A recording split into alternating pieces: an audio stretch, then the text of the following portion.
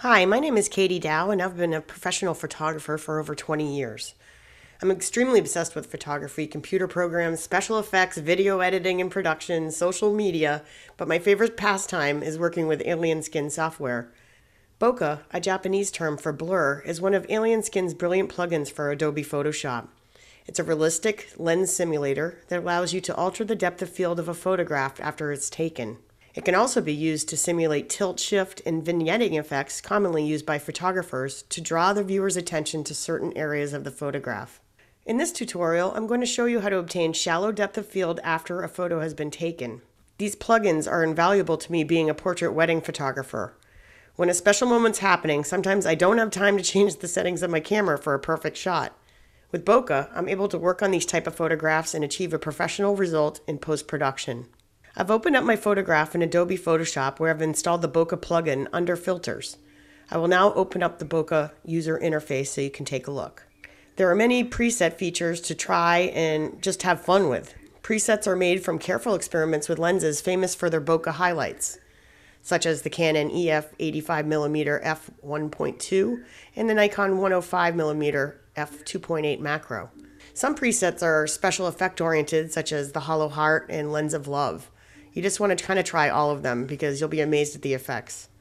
Once this has been selected, you can then move on to controlling how and where the blur will be applied to your image. The results are amazing and it's painless to learn, so let's take a look at the endless possibilities of Bokeh. Let's take a quick look at the interface. On the top of the menu, you will see the preview tools. Just remember that only one is active at a time. You can click and hold the Show Original button to see the unmodified version of your image, or you can simply hold down the spacebar of your keyboard. The hand icon is the Move tool. You can click and drag in the preview to move the image around. Then we have the magnifying glass, and that enables the Zoom tool, so you can get a close look at the special effects you're trying to render.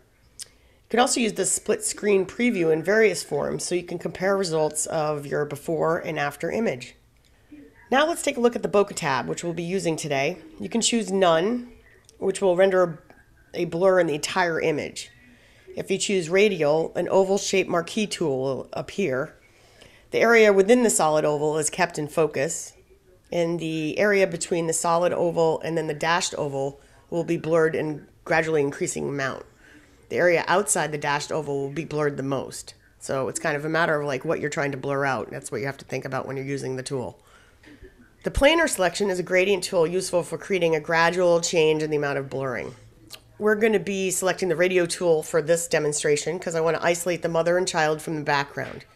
You can move one of the 4 control points to make the radial shape more or less oval. If you hold down the Shift key, the control points move in a 45-degree increments. The aperture controls affect the shape of the lens aperture diaphragm and other attributes to generate a realistic bokeh. Diaphragm shape changes the shape for a wide open aperture and is the default setting. You can also choose polygons and heart shape if desired. Creamy is when bokeh is soft and the diagram shape is not obvious. I'm going to be using that for this tutorial as well. I want it to be very realistic and soft. So now I'm going to select the radio tool to blur out my background in this photo, and you can see all the different selections that will produce the effect I'm looking for. Here you can see the radial tool appear in my photograph. I want to isolate my subjects and completely blur out the background. I'm going to take the outer dashed circle and move it fairly close to the mother and child, and it will simulate one of my favorite presets in Bokeh, the Nikon 105 f2.8 macro lens. I've been a big Nikon fan for a year, so to be able to use this lens in post-production is truly amazing. Positioning the radial tool is crucial in this photo because I want a lot of realism in my shot. If I don't place my radio tool correctly, the mother will become unfocused and it will look like I digitally corrected it, which I don't want.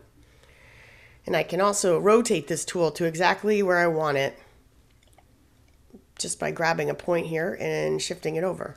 Now I'm going to choose how much bokeh I want to apply. This is a personal preference. I'm going to be a little bit conservative and leave the settings at around 30. Now I'm going to preview the photo before and after and use the split screen preview to compare my results. I love it. Now all I have to do is hit OK and the photo will be rendered with the new effect. Here's a look at the before and after photo, and it took me less than 5 minutes to do. Check out this product on Alien Skin's website, alienskin.com. You can download a fully functional 30-day trial. I'm hooked, and I know you will be too after trying it. And thanks for watching.